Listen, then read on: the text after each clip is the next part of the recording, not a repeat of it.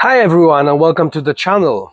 If you're looking for honest independent information about the reliability of new and used cars, you're in the right place. For years I've been working around cars, helping people choose the right model, analyzing reliability data from sources like TÜV and DEKRA here in Germany and comparing them with real-world consumer reports from owners and trusted mechanics. I've seen which cars are trouble-free and which ones can become expensive problems. Here you'll get straightforward, practical advice without marketing tricks or sponsored opinions. If you find this helpful, please consider subscribing to the channel. Let's get started.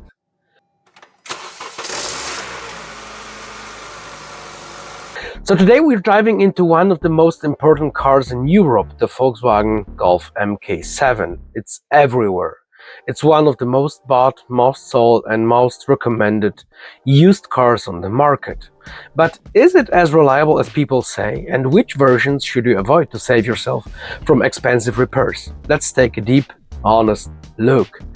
The Golf Mk7, including the facelifted Mk7.5, is one of the most important cars of the last decade. It's popular with first-time buyers, families, long-distance commuters, and company fleets. Because there are so many of them on the road, the used market is full of choices, good ones, but also bad ones. The good news, the Mk7 can be a fantastic trouble-free car. The bad news, some versions have recurring issues that many owners face sooner or later. Today I'll walk you through everything you need to know. So let's start with the most common issue: cooling system leaks.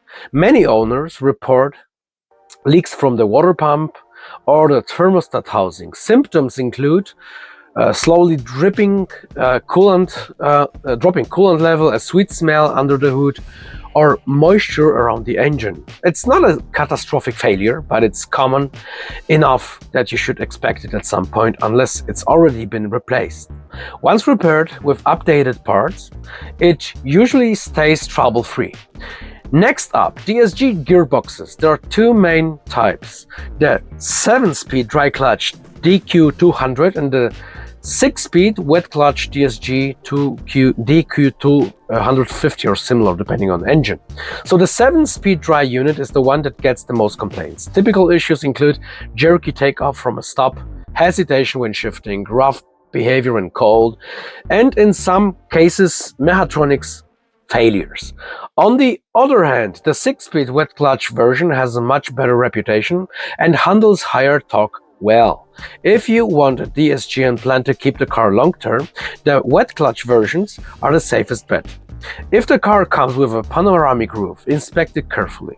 Many drivers mention rattling noises on uneven roads, water leaks after heavy rain, or clogged drainage channels. It doesn't affect every car, but when it happens, it's annoying and sometimes expensive to fix. If you want peace of mind, choose a car without the panoramic roof. Now let's talk about petrol engines. The 1.5 TSI had a well-known issue in its early years: a cold start hesitation, sometimes called kangarooing. It mostly shows up when trying to pull away very gently. Software updates improved this problem in the later years. The smaller petrol engines like 1.2 and 1.4 TSI are generally reliable, but you may find occasional ignition coil problems or minor sensor failures. They are small, inexpensive repairs, not deal breakers. If you're looking at diesel versions, especially the 1.6 TDI and 2.0 TDI, keep in mind how the car will be used. Diesels need long drives to stay healthy. In city-only driving, you may see DPF not regenerating properly, EGR clogging, intake buildup, and warning lights related to emissions. On long motorway routes, the 2.0 TDI is extremely solid and can cover very high mileage with few issues. Another thing that some owners report is premature wear in rear suspension bushings. This usually shows up as knocking noises over bumps or vague handling at higher speeds. It's not a dramatic failure, just an age-related maintenance item, but worth checking on a test drive. As many modern cars, Some units experience occasional electronic problems. Window regulators malfunctioning, parking sensors giving false alerts, infotainment freezing or rebooting, or random warning lights that disappear after restarting the car. Most of these are minor, but they can be frustrating. So which versions are the safest to buy? Best petrol engines would be 1.4 TSI EA211. It's a very dependable, good power, great economy, and has few major issues. 1.5 TSI since 2019 and newer, smooth, efficient, and refined ones. The early hesitation issues were resolved. And best diesel choice would be the 2.0 TDI. Excellent for long motorway trips, strong, economical, and known for high mileage. Durability. Be cautious and try to avoid the early 1.5 TSI if you're sensitive to hesitation, the 7-speed dry clutch DSG if poorly maintained.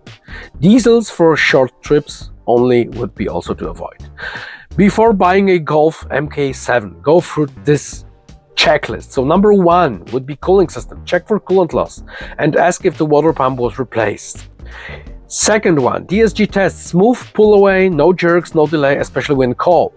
Panoramic roof, check for rattles, leaks, and proper drainage. Another point would be cold start, test for 1.5 TSI, make sure it accelerates smoothly, and diesel sustainability. If you drive short distances, avoid diesel.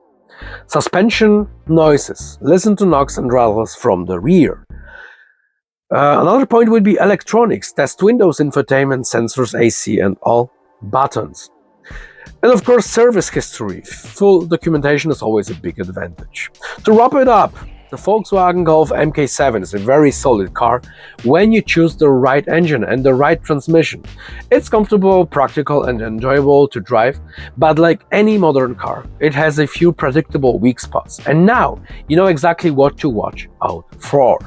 If you pick a good example, the Mk7 can easily serve you for many years without major issues.